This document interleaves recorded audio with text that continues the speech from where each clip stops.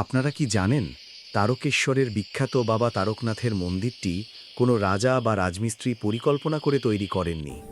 এটি তৈরি হয়েছিল এক অদ্ভুত অলৌকিক ঘটনার পর। বহুকাল আগের কথা। বিষ্ণুদাস নামে এক ব্যক্তি জঙ্গলের মধ্যে লক্ষ্য করলেন এক আশ্চর্য দৃশ্য। তার গোয়াল থেকে গরুরা রোজ জঙ্গলে হারিয়ে যায়, কিন্তু ফিরে আসে বাটে দুধ না নিয়ে।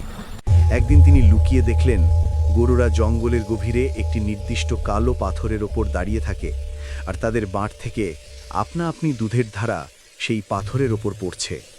বিষ্ণুদাস বুঝতে পারলেন এ সাধারণ পাথর নয়।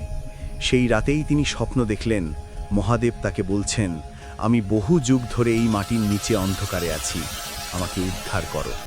বিষ্ণুদাস মাটি খুঁড়ে বের করলেন এক বিশাল স্বয়ম্ভু শিবলিঙ্গ। সেই জঙ্গলের নাম হল তারকেশ্বর। আজও শ্রাবণ মাসে লক্ষ লক্ষ ভক্ত গঙ্গা থেকে জল নিয়ে খালি পায়ে মাইলের পর মাইল হেঁটে এখানে আসেন। বিশ্বাস করা হয় বাবা তারকনাথ এতটাই জাগ্রত যে দুরারোগ্য ব্যাধিতে আক্রান্ত মানুষও এখানে এসে দণ্ডি কাটলে সুস্থ হয়ে বাড়ি ফিরে যান। মহাদেবের এই মহিমা ভালো লাগলে কমেন্টে হর হর মহাদেব লিখুন, আর ট্রু স্টোরি বাংলা চ্যানেলটি সাবস্ক্রাইব করুন।